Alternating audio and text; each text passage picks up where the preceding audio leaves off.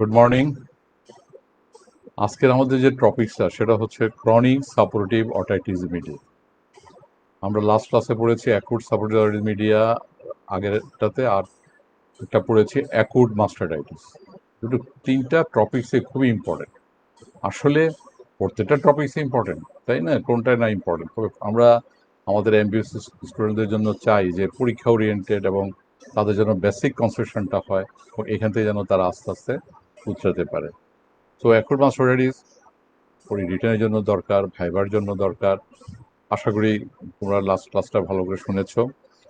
আমরা যদি পরে সময় পাই এগুলো নিয়ে আবার আরও একটা সংক্ষিপ্ত আকারে একটা করব, ক্লাস নিব। আর এই যে ক্রনিক সাপোর্টিভ অটাইটিস মিডিয়া, এটা কিন্তু পরীক্ষায় একটা শর্ট কেস থাকবে। এটা শর্ট কেস থাকবে, এটা আমাদের রিটেনে থাকবে। সুতরাং এটা নিয়ে আমাদের কোনো কিছু অবহেলা করা যাবে না। আর এখন what is chronic suppurative otitis media? Chronic suppurative media কাকে বলে? আমরা খুব সংক্ষেপে আমরা বলি CSOM, আমরা এটা বলি। এখন এটা বুঝতে হবে ক্রনিক অর্থাৎ লং স্ট্যান্ডিং। আর যেহেতু otitis media, that means the middle ear ক্লেফটের ভিতরে ইনফ্লামেশন। আর ক্রনিকটা এখানে হচ্ছে লং স্ট্যান্ডিং, যেটা অনেক দিন থেকে আছে। হ্যাঁ, অনেক দিন থেকে আছে।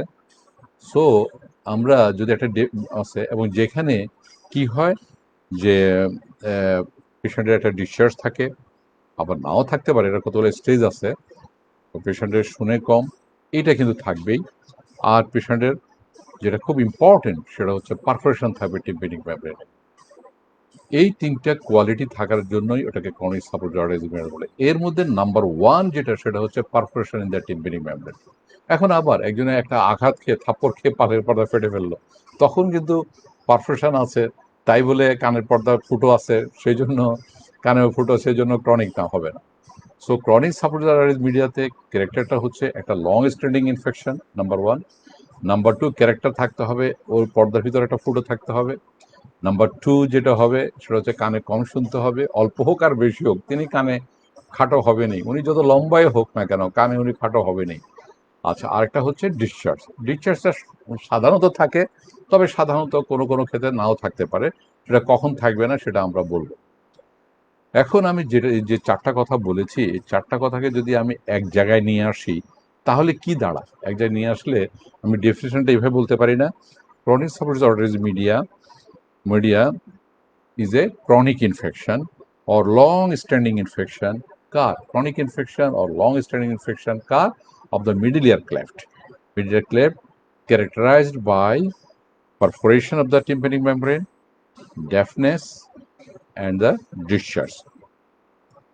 এখন আমাদের এই যে ডেফনেসটা, এবং এটা এখানে যে ডেফনেসটা হয় সেটা হলো কন্ডাক্টিভ টাইপ অফ ডেফনেস হয়।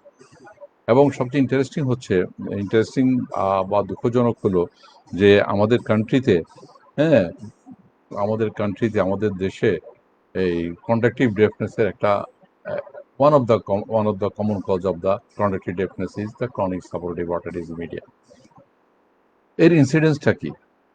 এটার ইনসিডেন্সটা সবসময়, হ্যাঁ, যারা উন্নত হওয়ার চেষ্টা করছে তাদের দেশে, যারা উন্নত হয়ে গেছে তাদের চেয়ে যারা উন্নত হওয়ার চেষ্টা করছে তাদের, যেমন incidence is higher in developing than the developed countries. হ্যাঁ, ডেভেলপড কান্ট্রিজ। আর it is a major cause of the deafness in Bangladesh. কেউ কেউ যদি তোমাকে জিজ্ঞেস করে যে কন্ডাক্টিভ ডেফনেসের মেজর কজটা কি, অ্যাডাল্টে হচ্ছে কমনেস্ট কজ হচ্ছে, আমি ওই দিন বলেছিলাম, অটোস্ক্লেরোসিস। আর টোটাল পপুলেশনের মধ্যে কন্ডাক্টিভ ডেফনেসের কজ হচ্ছে ক্রনিক সাপোর্টিভ অটাইটিস মিডিয়া। আর একদম ছোট বাচ্চাদের যেটা সেটা হচ্ছে অ্যাকুট সাপোর্টিভ অটাইটিস মিডিয়া। কোন এইজে সাধারণত এটা বেশি পাওয়া যায়? অফেন অফেন এটা বিগেন্স ইন চাইল্ডহুডে এটা সাধারণত শুরু হয়। সোশিয়াল ফ্যাক্টরসগুলো এটার জন্য কিছু দায়ী। হ্যাঁ, ওটাও সাধারণত কাদের এটা হয়?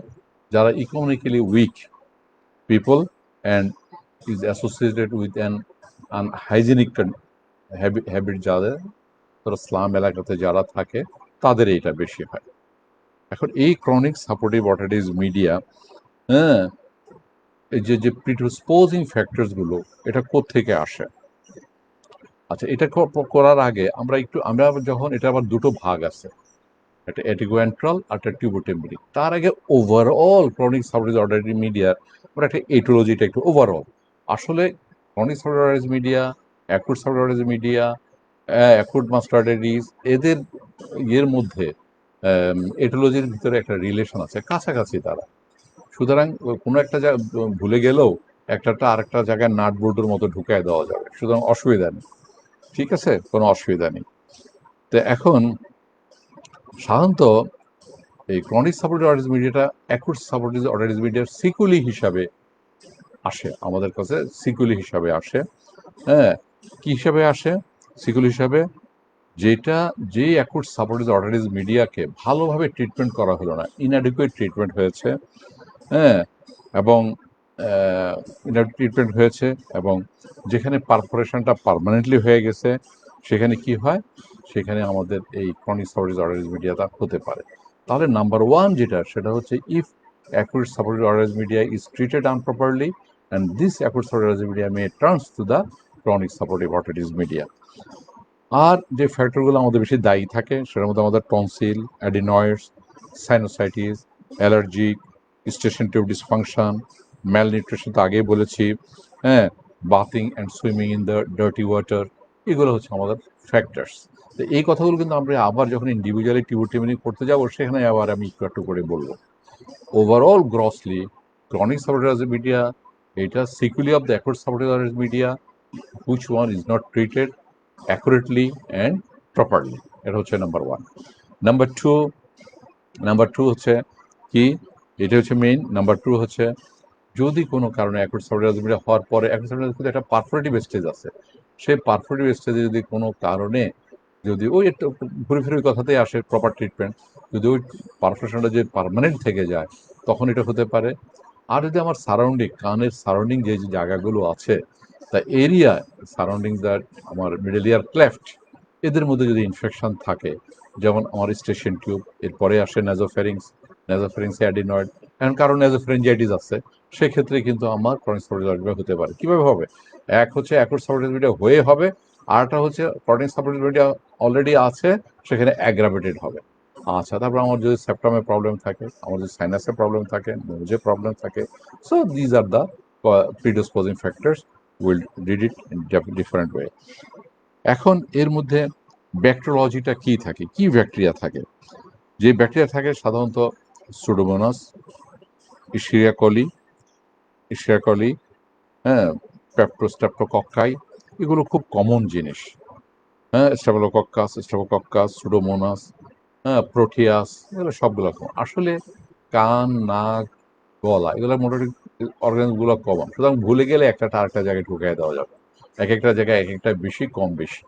So don't worry regarding the to memorize the name of the bacteria. এখন আসো এই CSOM, chronic suppurative otitis media, এটা দুই ধরনের। কি ধরনের? দুই ধরনের। একটা হচ্ছে টিউবোটিম্পেনিক, আর হচ্ছে অ্যাটিকোয়ান্ট্রাল। তোমাদের যে পরীক্ষার শর্ট কেসটা থাকে, এটা একদম মেজরিটি, একদম 99.99 সাথে টিউবোটিম্পেনিক, অ্যাটিকোয়ান্ট্রাল তোমাদের থাকে না। অ্যাটিকোয়ান্ট্রাল থাকে আমাদের পজিশনগুলোতে থাকে, পজিশনগুলোতে টিউবোটিম্পেনিক থাকে। হ্যাঁ, তো সেখানে আবার ক্লাসিফিকেশনটা আমরা অন্যভাবে পড়াই, অন্যভাবে পড়ি। হ্যাঁ, আমরা এখনও তোমাদের জন্য যেটা বলেছি এটা ইজি, এবং দিস ইজ দ্য ওল্ড, আগের পুরনো। এখন কিন্তু ক্লাসিফিকেশনটাকে অন্য নতুন করে ফেলেছে, তা আমরা নতুনতে যেতে চাই না, এখনও এটা দিয়ে চলবে, আরও 5-7 বছর চলবে, কোনো অসুবিধা নেই। আচ্ছা, হ্যাঁ, এবং দিস ইজ যে ওল্ড ইজ গোল্ড বলে না, সেই হিসাবে this is the standard, nobody can say you anything. So CSM is mainly classified into tubotympanic disease and atopical disease. এখন এই যে টিউবোটিম্পেনিক, এই টিউবোটিম্পেনিকের একটা সুন্দর কথা আছে। টিউবোটিম্পেনিকের একটা সুন্দর কথা হচ্ছে যে এটাকে বলা হয় সেফ ভ্যারাইটি, আর অ্যাটোক্যান্টাল যেটা, ওটাকে বলা হয় আনসেফ ভ্যারাইটি। আবার সেফ মানে কি? আমার সেফ মানে আমার কি, যে আনসেফ যেটা সুরক্ষিত না, আর সেফ হচ্ছে সুরক্ষিত, তাই না? আসলে these are the terms relative. Tubotympanic is the safe variety, that is relatively safe. সব রোগেই খারাপ, সব রোগেই খারাপ, কোনো রোগেই ভালো না, বাট টিউবোটিম্পানিক হলে প্রপোর্শনালি অ্যাটিকোঅ্যান্টালের চেয়ে এবিট বেটার। আমরা একটা ডিফারেন্সও পড়বো টিউবোটিম্পানি এবং অ্যাটিকোঅ্যান্টালের, যেটা আমার রিটেনের জন্য লাগবে, ফাইবার জন্য লাগবে।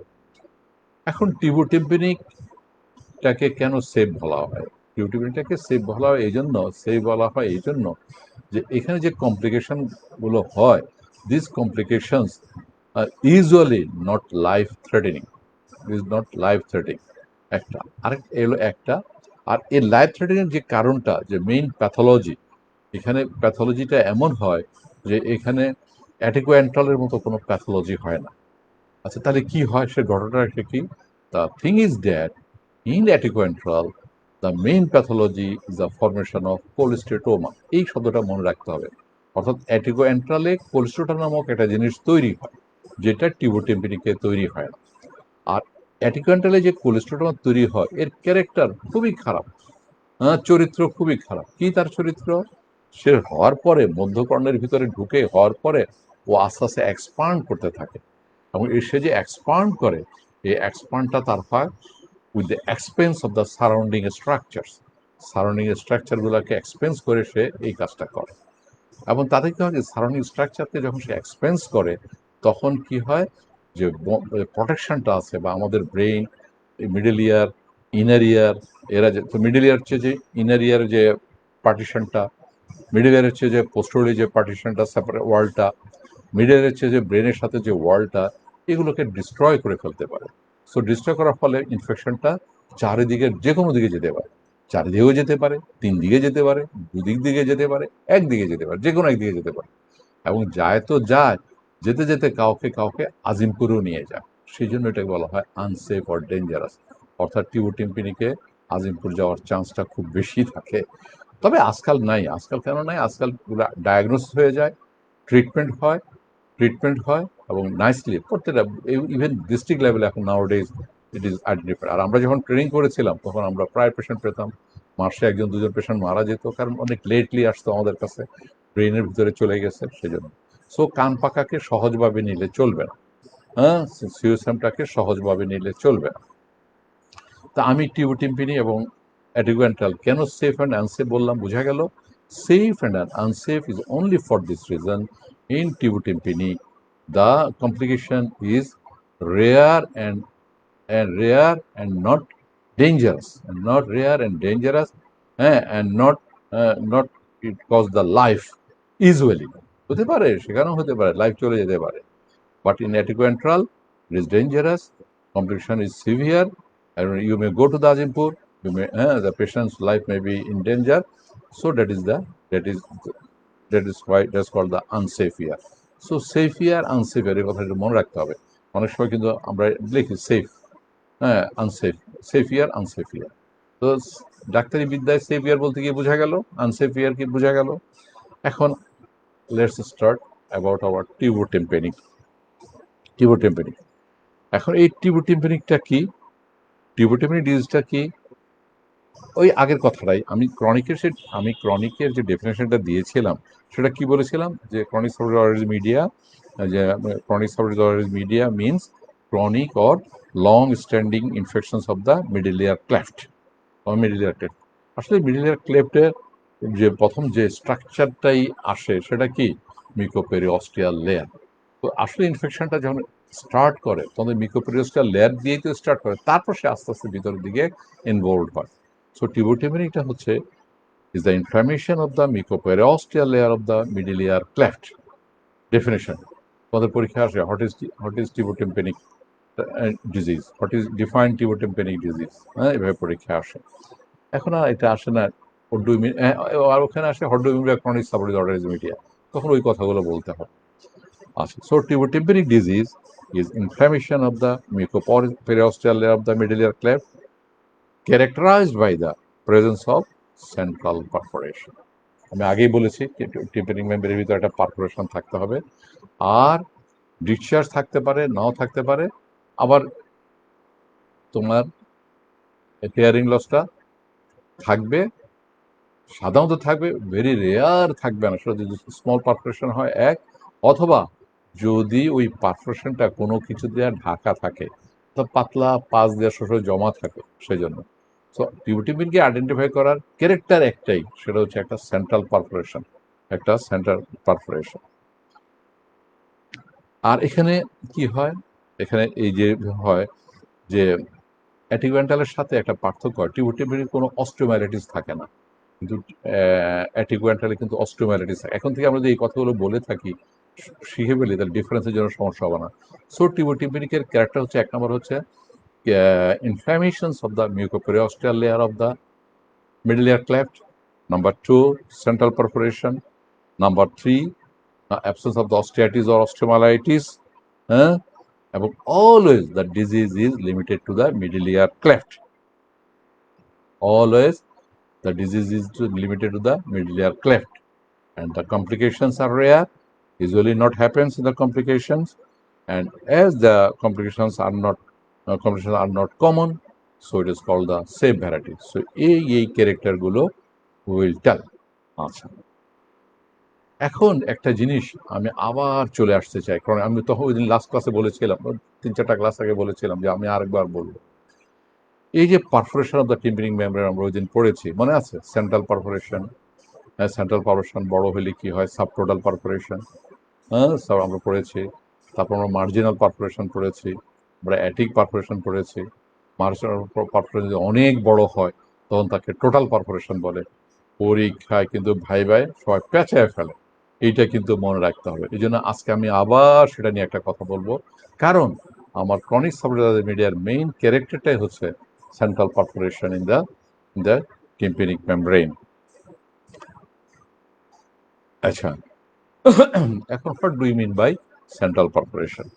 Central perforation, number one, the perforation is located in the pars stens. Where is the perforation? The perforation is in the pars stens, number one. Number two, all the margins are surrounded by the pars stens. All the margin, চারিদিকে যে মার্জিনটা আছে, কারণ পর্দাটা তো আমাদের এরকম উপরের purse প্লাসিটা, নিচে হচ্ছে পার্স টেন্সার। পার্স টেন্সারটা বড়, সো পারফোরেশনটা পার্স টেন্সার মধ্যে থাকবে, এবং যে বাউন্ডারিটা থাকবে চারিদিকে, তার মধ্যে বাউন্ডারিটা পার্স টেন্সার দিয়েই হবে। আর আমরা তো আগেই পার্স টেন্সার, আমরা তো টিম্পানিক মেমব্রেনকে 4টা কোয়াড্রেন্টে ভাগ করেছিলাম, মনে আছে?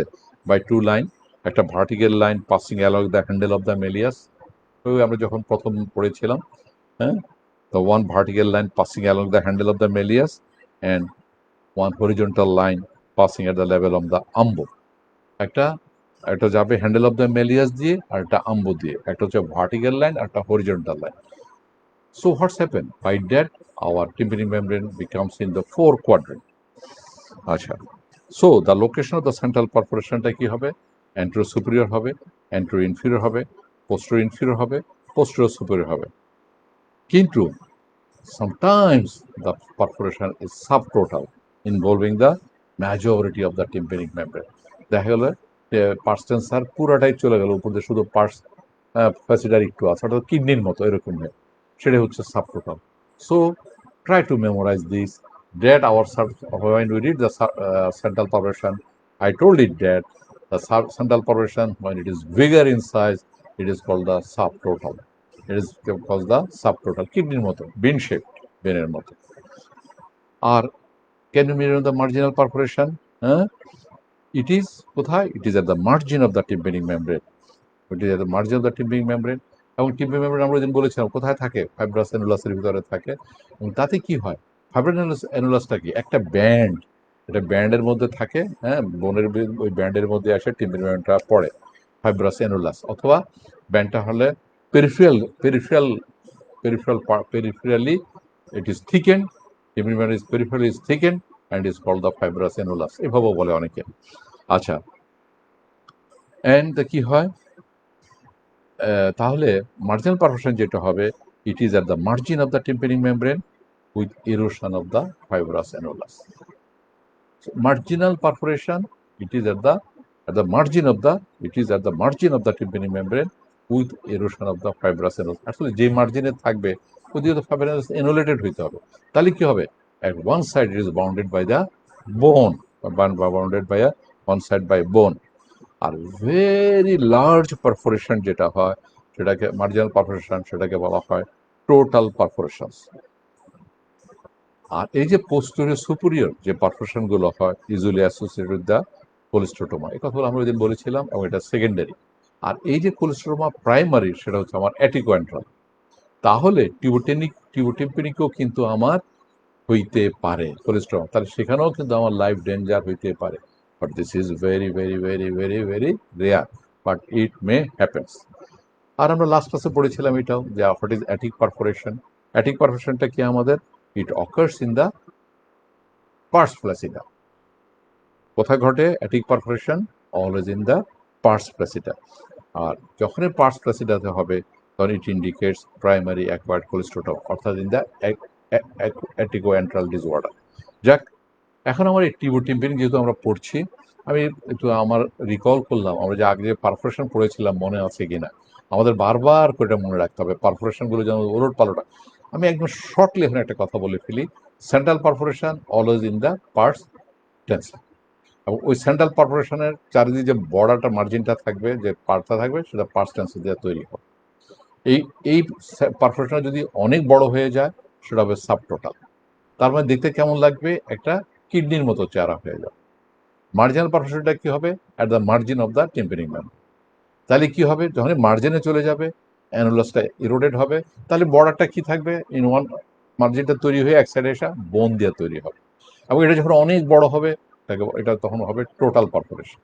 আর অ্যাটিকটা খুপড়ি, পার্স ফ্ল্যাসিডা যদি হয়। আর এটা মনে আছে যে টেম্পারিং মেমব্রেন আমরা চারটা ভাগ করেছি, কি? দুটা, একটা হরিজন্টাল লাইন, একটা ভার্টিক্যাল লাইন। হ্যাঁ, একটা হ্যান্ডেল অফ দ্য মেলেজ দিয়ে যাবে, আর একটা আম্ব দিয়ে যাবে। এগুলো যেন একদম গল্পের মতো যেন মনে থাকে। আচ্ছা, এখন আমি আগেও বলেছি একটু প্রিডিসপোজিং ফ্যাক্টর, এখন টিউবোটিম্পানির জন্য আমি একটু সুন্দর করে সাজায় বলি। What are the predisposing factors for the atticoantral, predisposing factors for the tubotympanic variety of the chronic supportive otitis media. Number one, recurrent attacks of the acute supportive otitis media. বারবার খালি ঘুঘু এসে ধান খেয়ে যায়, বারবার খালি আমার অ্যাকুট সাপোর্টিভ অটিস মিডিয়া হচ্ছে। Number two, related upper respiratory tract infection. আবার আপার রেসপিরেটরি ইনফেকশন বেশি হলেই তো আমার অ্যাকুট সাপোর্টিভ অটিস মিডিয়া হয়। সো কাছাকাছি।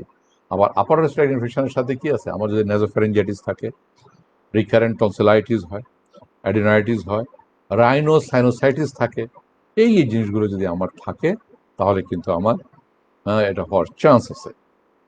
অ্যালার্জিক রাইনাইটিস দু একটা factor, nasal allergy, swimming in the contaminated water. আর হচ্ছে কি, যদি কারো একটা previous perforation the tympanic membrane থাকে, হ্যাঁ, at that time the infection can spread from outwards to inwards, and there's the inwards, that is from the external canal, it may goes to the middle ear, causing the chronic suppurative otitis media. আসলে এটা যাদের হয়, এটাকে বলা হয় permanent perforation syndrome. এটা আবার MBBS level মনে রাখার দরকার নাই, এতে কিন্তু দরকার শর্ট নোট আসে। আমাদের পোস্ট গ্রাজুয়েশনে যারা ডিপ্লোমাধারী, ডিপ্লোমা পড়ে, তাদের শর্ট নোট আসতো আমাদের সময়, পারফোরেশন, যে permanent perforation syndrome, permanent perforation syndrome. আমার এমবিবিএস স্টুডেন্ট মনে রাখার দরকার নেই, যদি কোনো ডাক্তার এখানে থেকে থাকেন তারা একটু মনে রাখবেন, do mean by permanent perforation syndrome. যাক, এখন আমার এই যে হিস্টোপ্যাথোলজিটা কি হয়, দ্য ইনফ্লামেশন ইজ কনফাইন্ড কোথায় থাকে? In the mucoperiosteal layer of the middle ear cleft. এবং এটা কি হয়? এই মিডল ক্লেফটটা ক্রনিক্যালি ইনফ্ল্যামড থাকে, এবং এই ক্রনিক্যালি ইনফ্ল্যামড থাকার জন্য এদের ভিতরে infiltrated with the chronic inflammatory cells, chronic hyperaemia থাকে। There is a glandular hypertrophy occurs for causing profuse discharge. এই প্যাথোলজি একটু বললেই যথেষ্ট। কি প্যাথোলজি? টিউবোটিম্পানিকের pathology, the infection is confined to the mucoperiosteal layer of the middle ear cleft, and the mucous membrane is chronically inflamed. Number two, the mucous membrane or the mucoperiosteal layer is chronically inflamed, and it is infiltrated with the chronic inflammatory cells, and there is a hyperemia, and there is a glandular hypertrophy, and this occurs, that causes profuse discharge. এখন এই টিউবোটিম্পানিকের আমার clinical স্টেজটা কি? Clinical স্টেজটা টিউবোটিম্পানিকের চারটা stage. একটা হচ্ছে active stage, একটা হচ্ছে ইনঅ্যাক্টিভ স্টেজ, একটা হচ্ছে কুইসেন্ট স্টেজ, একটা হচ্ছে হিল্ড স্টেজ। হিল্ড স্টেজ আমরা বলি হিল্ড পারফোরেশন, হিল্ড স্টেজ। আর এই চারটে স্টেজে 4 রকমের প্যাথোলজি থাকে। সো 4 রকমের এটা একটু পড়লে মনে রাখলে ভালো হবে। কারণ ক্রনিক সাপোর্টিভ আর্টারি মিডিয়া আমরা যে আমাদের গ্রামে যাব, গঞ্জে যাব, আমাদের আত্মীয়-স্বজনের বাড়িতে যাব, কান পাকা রোগী আমাকে ধরা দিতে পারে, বলতে পারে। সো আমি যদি একটু স্টেজগুলো মনে রাখতে পারি, then I can give the treatment properly. So একটা অ্যাক্টিভ স্টেজ। অ্যাক্টিভ স্টেজে সিম্পল একটা কথা যে অ্যাক্টিভ স্টেজে কমপ্লেন্স প্রফিউজ অরাল ডিসচার্জ, হ্যাঁ, এবং এটা প্রফিউজ অরাল ডিসচার্জ। এবং এই অ্যাক্টিভ স্টেজের আরেকটা নাম আছে ক্রনিক ডিসচার্জিং ইয়ার। এখানেও কিন্তু এই যে ক্রনিক ডিসচার্জিং ইয়ার, এটা তোমরা মনে রেখো, আর ডিটেলস পড়া দরকার নাই। কিন্তু those who are post graduate student, তারা কিন্তু একটা short note chronic discharging ear, এটার এবার তাদের needs a short notes over the chronic discharging ear. So active স্টেজটা কি? when the air is discharging, এখন যখন ওই এয়ারটা ডিসচার্জ করবে তখন মিডিল এয়ারটা কি হবে? মিডিল এয়ার হাইপারট্রফাইড থাকবে, ভ্যালভিটি হবে, কনজেস্টার হবে, এবং গ্ল্যান্ডগুলো hypertrophied hypertrophy of the glands হবে, সেই জন্য প্রফিউজ সিক্রেশন হবে। সো অ্যাক্টিভ স্টেজ, এবং এই অ্যাক্টিভ স্টেজের আরেকটা নাম হচ্ছে ক্রনিক ডিসচার্জিং ইয়ার। এবং আমরা ইউজুয়ালি আমাদের পেশেন্ট আমাদের কাছে অ্যাক্টিভ স্টেজেই বেশি আসে। আর এডুকেটেডরা অন্য স্টেজে ইনঅ্যাক্টিভ স্টেজে আসতে পারে, কুইসেন্ট স্টেজে আসতে পারে, হিল্ড স্টেজে আসতে পারে, স্লাইড কমপ্লেইন থেকে। কিন্তু ইউজুয়াল পপুলেশন যেটা আমাদের পিপল, যা পাবলিক যেটা আমাদের usual population, they use to come to us কিভাবে নিয়ে আসে? With the active stage. So active স্টেজের আরেকটা নাম কি বলো? Chronic discharging ear. Chronic discharging ear is the active stage. আর এখানে পেশেন্ট কি কমপ্লেন করে? Profuse aural discharge. আর মিউকোজারাতে কি হয়? Mucosa of the middle ear will be hypertrophied, velvety and congested. এরপর যেটা আসে ইনঅ্যাক্টিভ স্টেজ। ইনঅ্যাক্টিভ স্টেজ কি? No discharge from the ear, হ্যাঁ, and but there is a central perforation.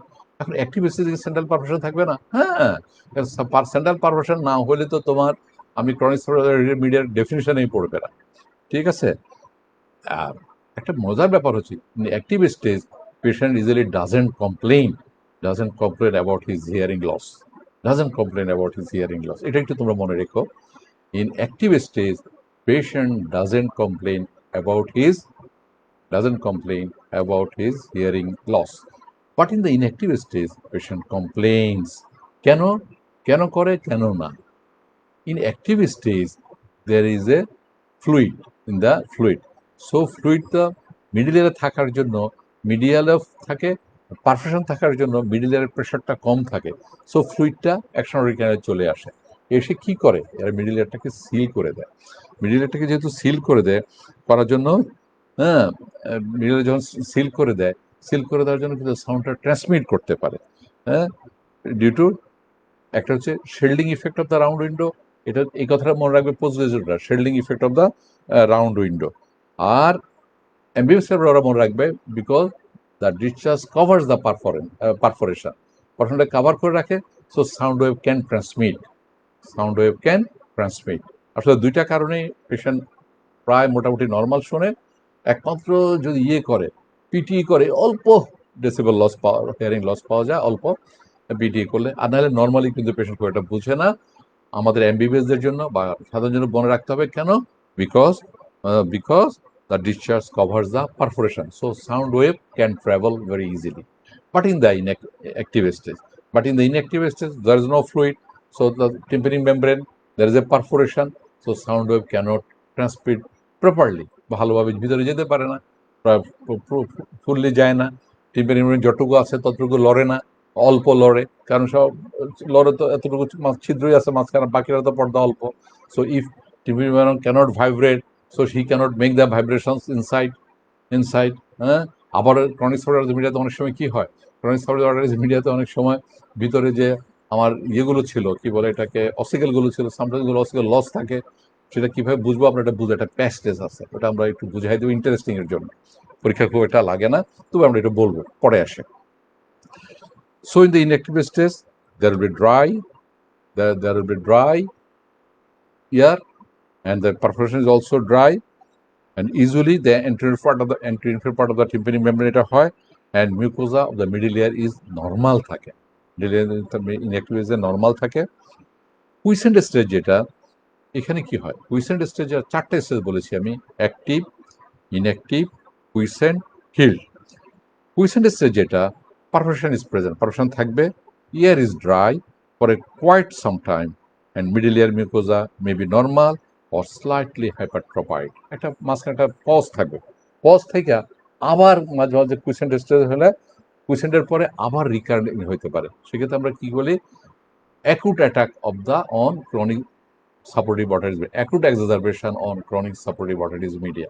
তো কুইসেন্টের পরে যদি আবার ডিসচার্জ শুরু হয়, তখন আমরা বলি acute exacerbation on chronic suppurative otitis media. আচ্ছা, এরপর হচ্ছে হিল্ড স্টেজ।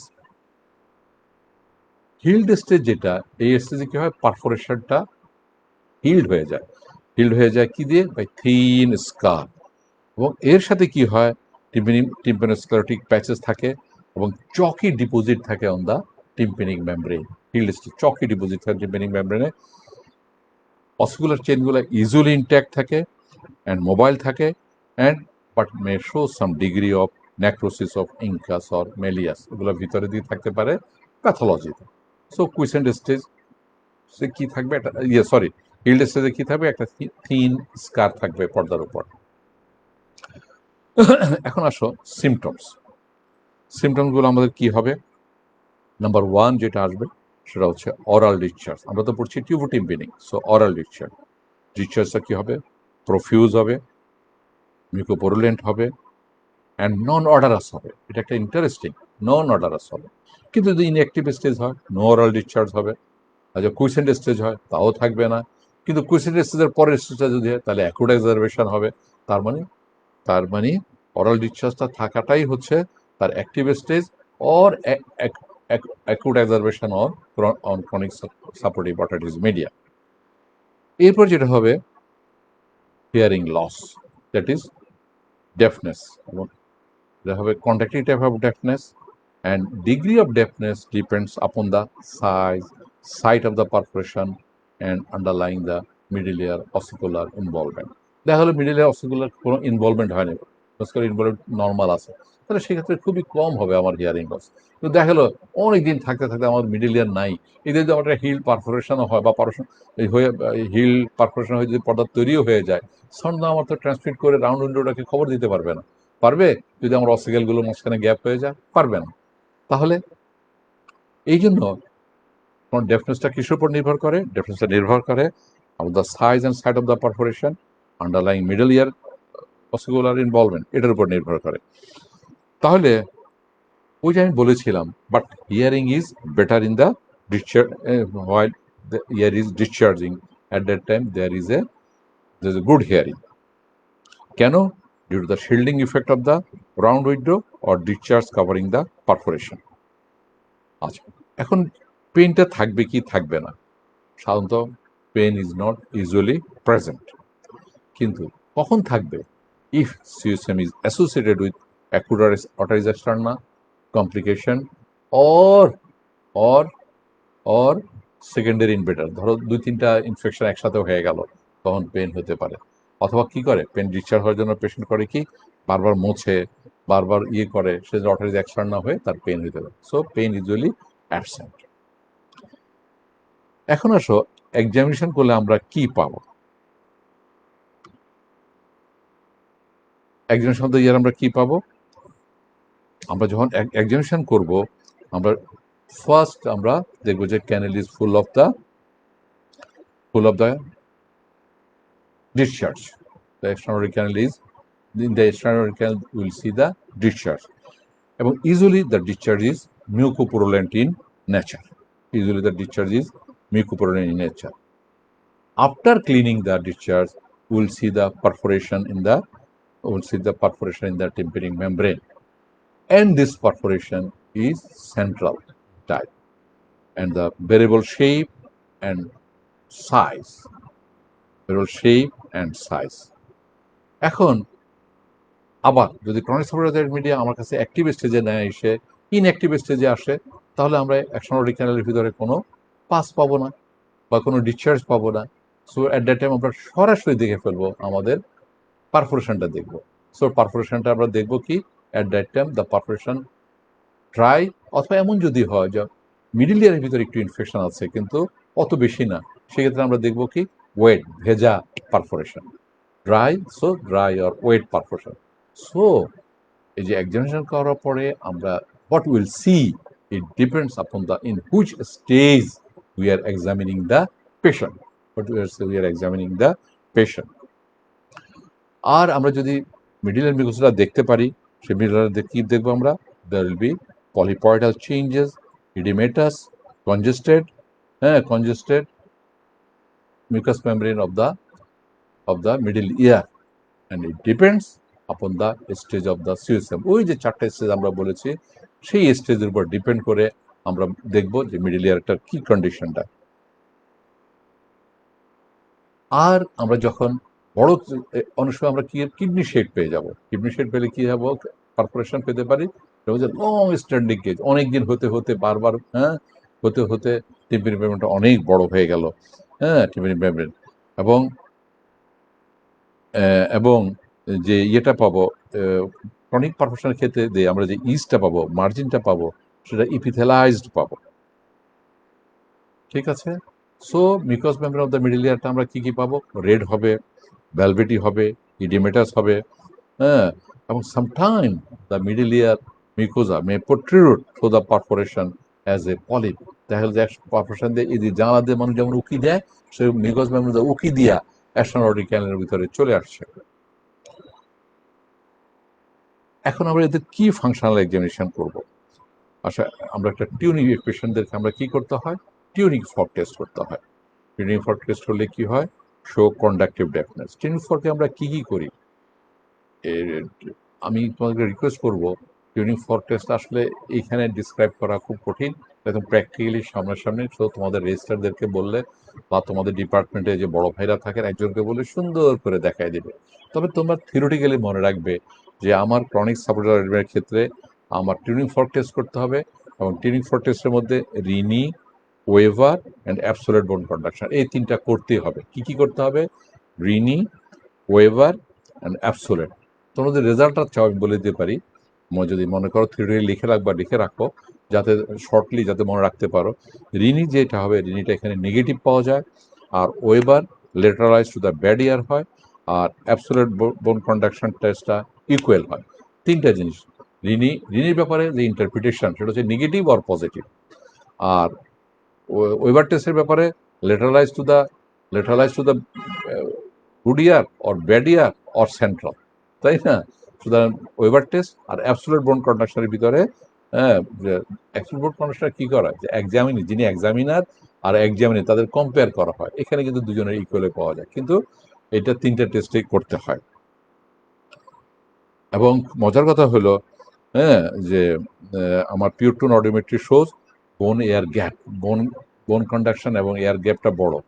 একটা তোমরা কিন্তু পরীক্ষায় তোমাদের অনেক সময় পিওর টু অডিওমেট্রির গ্রাফটা দেওয়া হয়, গ্রাফটাও কিন্তু তোমরা আগে একটু দেখে নিবা। ছোট্ট একটা ফর্মুলা বলি, আমাদের তো পিওর টু অডিওমেট্রিতে আমরা কি করি, গ্রাফ করি, পাঠায় যে বোন কন্ডাকশনের জন্য একটা গ্রাফ করা হয়, আর এয়ার কন্ডাকশনের একটা গ্রাফ করা হয়। যখন কন্ডাক্টিভ ডেফনেস হবে তখন বোন কন্ডাকশন এবং এয়ার কন্ডাকশনের ভিতরে গ্যাপটা বড় হবে, আর যখন সেন্সোনিয়াল হবে তখন তারা দুজনের কাছাকাছি চলে আসবে এবং নিচের দিকে নেমে যাবে। ঠিক আছে, যাক, আমরা ইনভেস্টিগেশন কি কি করব এই সব পেশেন্টদেরকে। এক নম্বর, আমরা তো এইসব পেশেন্টদের সব, কারণ আলটিমেটলি এদের অনেক সময় সার্জারি দরকার হয়, সেই জন্য ব্লাডের পর হিমোগ্লোবিন, টিসি, ডিসি যেটা আছে, অর্থাৎ সিবিসি যেটাকে বলা হয়, ইউরিনটা আমরা করব। সবচেয়ে ইম্পর্টেন্ট, এইসব পেশেন্ট যখন আমাদের কাছে আসবে ট্রিটমেন্টে গিয়ে আমি বলবো এদের এই পাঁচটাকে কিন্তু কালচার অ্যান্ড সেন্সিটিভিটি, এটা খুব ম্যান্ডেটরি করাটা, culture and sensitivity of the ear discharge, to select the proper antibiotics, আর এদেরকে কি করতে হয়, একটা এক্স রে করতে হয়। এক্স রে পেপারে দুটো এক্স রে করা জরুরি, একটা হচ্ছে এক্স রে পিএনএস এবং X ray master. X ray পিএনএসটা কেন করতে হয়, to see the conditions of the sinuses. কারণ সাইনাসগুলো যদি খারাপ থাকে, আমি বলেছি যে আগে প্রিডিসপোজিং ফ্যাক্টরে আই টোল্ড ইট দ্যাট, যে অনেক সময় যদি আমার এখানে খারাপ থাকে তাহলে আমার ওইদিকে খারাপ হয়ে যেতে পারে। আর এক্সট্রা মাস্টার্ডের ব্যাপারে কি হবে? এক্সট্রা মাস্টার্ড আমাদের লেটারাল অবলিক ভিউ করতে হবে, shows clouding of the cells but no cavitation. আমাদের লেটারাল অবলিক ভিউটা আমরা করি, আসলে আমরা তিনটা করি, Towne's view, Law's view, Stenvers view. যখনই কোনো সাবজার্ডিস মিডিয়া হয় এখানে তিনটা view, Towne's view, Law's view, Stenvers view. কোনো যে মনে রাখতে হবে ভালো, লস ভিউটা এল ফর এল, অর্থাৎ লেটারাল অবলিক ভিউ যেটা, এটাকে বলা হয় Law's view. Lateral oblique view যেটা, সেটাকে বলা হয় লস ভিউ। আর লেটারাল অবলিক ভিউতে আমরা সাধারণত কি পাই? Cellular mastoid are seen in the majority of cases with clouding of the cells. এখন তোমাকে একটা প্রশ্ন করতে পারে যে পিটিটা আমরা করি কেন করি? আমি তো রিনি টেস্ট করেই বুঝেছি যে কন্ডাক্টিভ টেস্ট, বা সরি টিউনিং ফর্ক টেস্ট করে বুঝতে পেরেছি টিউনিং ফর্ক দিয়ে। ওই যে আমি বলেছি তোমাদেরকে, টিউনিং ফর্ক টেস্ট অ্যান্ড পিউ20 মধ্যে দ্য ডিফারেন্সটা হচ্ছে, টিউনিং ফর্ক হচ্ছে তোমার কি ধরনের ডেফনেস, কন্ডাক্টিভ না সেন্সোরিয়াল, এটা আইডেন্টিফাই করে দেবে।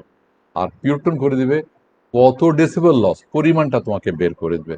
হ্যাঁ, so PTA to see the amount and type of the hearing loss. এখন তাহলে আমরা, তাহলে আমাদের অডিওমেট্রিটা কেন করতে হবে? To confirm the conductive deafness and also the to show the degree of deafness. Actually একটা যদি মনে রাখতে পারো খুবই ভালো হয়, ইন সিম্পল টিম্পানিক পারফোরেশন আমাদের হিয়ারিং লস হয় 15 থেকে 20 ডেসিবেল লস হয়। এটা যদি মনে রাখতে পারো, তোমাদের এমবিবিএস এর খুব একটা দরকার হয় না, খালি জিজ্ঞেস করা হয় যে যদি পারফোরেশন থাকলে কত লস হতে পারে। তো সাধারণত যদি ছোট লস হয় তাহলে 15 থেকে 20 ডেসিবেল লস হতে পারে। আর যদি অসিকুলার চেইন লস থাকে তাহলে অ্যারাউন্ড 40 ডেসিবেল লস হতে পারে। আর যদি অ্যাসোসিয়েটেড টিম্পানিক স্ক্লেরোসিস থাকে, ওই যে বলছে প্ল্যাক পড়ে থাকে, সেক্ষেত্রে লস খুব বেশি হয়ে যেতে পারে। আর এক্সরে মাস্টার্ড করবো আমরা, কালচার সেন্সিটিভ করবো, সাইনাস করবো, ব্লাড টেস্ট করবো, ইউরিন সবই করে ফেললাম। এরপরে আসো ম্যানেজমেন্ট। ম্যানেজমেন্টের ব্যাপারে যখন পেশেন্ট অ্যাক্টিভ স্টেজে আসবে তখন কি ম্যানেজমেন্ট হবে? অ্যাক্টিভ স্টেজের patient first aural toileting. Aural toileting কি হবে? Thorough cleaning of the ear is essential. Thorough cleaning করতে হবে, কানটা ভালো করে একসঙ্গে ক্লিন করতে হবে। এই ক্লিনিংটা আমরা 3 ভাবে করতে পারি। একটা হচ্ছে dry mopping with the cotton bud, এবং নিজে নিজে করলে হবে না, এটা একজন স্টারাইল দিয়ে দিয়ে একজন ইএনটি স্পেশালিস্ট দিয়ে বা ডক্টর দিয়ে এটা ক্লিন করাতে হবে। সো এটা dry mopping. Then number 2, suction clearance. Suction ক্লিয়ারেন্সটা সাধারণত under operating microscope, thorough cleaning of debris and secretions by suction, and this is an ideal method. ওই মপিং, খোঁচাখুচি করা, সিরিঞ্জিং করা, এগুলো ভালো না। সবচেয়ে আইডিয়াল মেথডটা হচ্ছে সাকশন ক্লিয়ারেন্স। আমরা করি কি, চেম্বারে বসে এভাবে দিয়ে সাকশন দিয়ে দিতে, এগুলো কিন্তু অনেক সময় কানের পর্দা ইঞ্জুরি হয়, ইভেন পারফোরেশন আর যা ছিল তার চেয়ে বড় হয়ে যায়। সো খুব এক্সপার্ট হাতে না হলে, আমাদের হাতে হয়ে যায়, খুব এক্সপার্ট হাতে না হলেই এই প্রবলেমটা হয়ে যায়। So should be guided by an operative microscope, এটা তোমরা মাথায় মনে রাখবে। সো অরাল টয়লেটিংটা এমনি, কানের অরাল টয়লেটিং কিভাবে করা যায়? 3টা ভাবে অরাল টয়লেটিং করা যায়। একটা হচ্ছে ড্রাই মপিং, একটা হচ্ছে সাকশন ক্লিয়ারেন্স, আর একটা হচ্ছে সিরিঞ্জিং। Syringing is by cleaning is of mucous discharge by syringing with physiological saline solution at body temperature is recommended. তবে সাধারণত syringing is contraindicated when there is a perforation. এখন আমার সাকশনের ব্যবস্থা নেই, মপিং দিয়ে ভালো হচ্ছে না, পর্দার, সেই ক্ষেত্রে with good hand, good care, সাধারণত আমরা সিরিঞ্জিংটা করি উইথ ট্যাপ ওয়াটার দিয়ে। হ্যাঁ, যেহেতু পর্দা ইনট্যাক্ট আছে, সিরিঞ্জিং আমরা কখন করি? আগে পড়েছি আমরা, ইম্প্যাক্টেড ওয়ার্ক যখন থাকে তখন করি, তাই না? সো ইম্প্যাক্টেড ওয়ার্ক যখন করি তখন আমরা ট্যাপ ওয়াটার দিই। কিন্তু এই ক্ষেত্রে যদি আমাদের করতে হয়, it is the third option, not the first option. First option is the cleaning under operative microscope by some suction clearance under operative microscope. Then option is the cleaning by আমাদের অপশনটা হচ্ছে বাই হচ্ছে dry mopping. Third যেটা হচ্ছে সিরিঞ্জিংটা, cleaning of mucopurulent discharge by syringing the third, এবং এক্ষেত্রে করতে হবে by saline solution, sterile solution দিয়ে আমাদের করতে হবে। সো নাম্বার হচ্ছে aural toileting, Number two, oral swab for culture and sensitivity. The oral swab and sensitivity যেটা it helps to identify the organisms and select the antibiotics. এটা আমাদেরকে identify করবে অর্গানিজমটাকে identify করতে এবং অ্যান্টিবায়োটিকটাকে সিলেক্ট করতে। Under strict aseptic precautions, oral swab should be taken for culture and sensitivity. এটা মনে রাখতে হবে। এরপরে আমরা করব কি অ্যান্টিবায়োটিক্স। অ্যান্টিবায়োটিক্সে কী দেব? লোকাল অ্যান্টিবায়োটিক কী দেব? In the form of the drops. সাধারণত আমরা কী দিই? জেন্টামাইসিন দিই, সিপ্রোফ্লক্সাসিন দিই, বাট অলওয়েজ আমরা এটার সাথে হাইড্রোকর্টিসোন স্টেরয়েড রেখে, হ্যাঁ, ciprofloxacin with steroid, gentamicin with steroid. Systemic antibiotic ইউজটা কম। তারপর কেউ ইউজ করে, হ্যাঁ, কেউ ইউজ করে, হ্যাঁ, কেউ করে না, হ্যাঁ, বাট এটা জাজমেন্ট হবে, depends upon the conditions of the patients. Systemic antibiotic দেওয়া যেতে পারে, but local antibiotic drops with steroid is the number one treatment. এরপরে যেটা আসে treatment of the primary source of infection. Primary source of ইনফেকশনটাকে আমরা করতে হবে, হ্যাঁ, করতে হবে, হ্যাঁ, এর মধ্যে যদি তার অ্যালার্জিক রাইনাইটিস থাকে, হ্যাঁ, তার অ্যাডেনোটনসিল যদি থাকে, টনসিলের প্রবলেম যদি থাকে, এগুলো করতে হবে।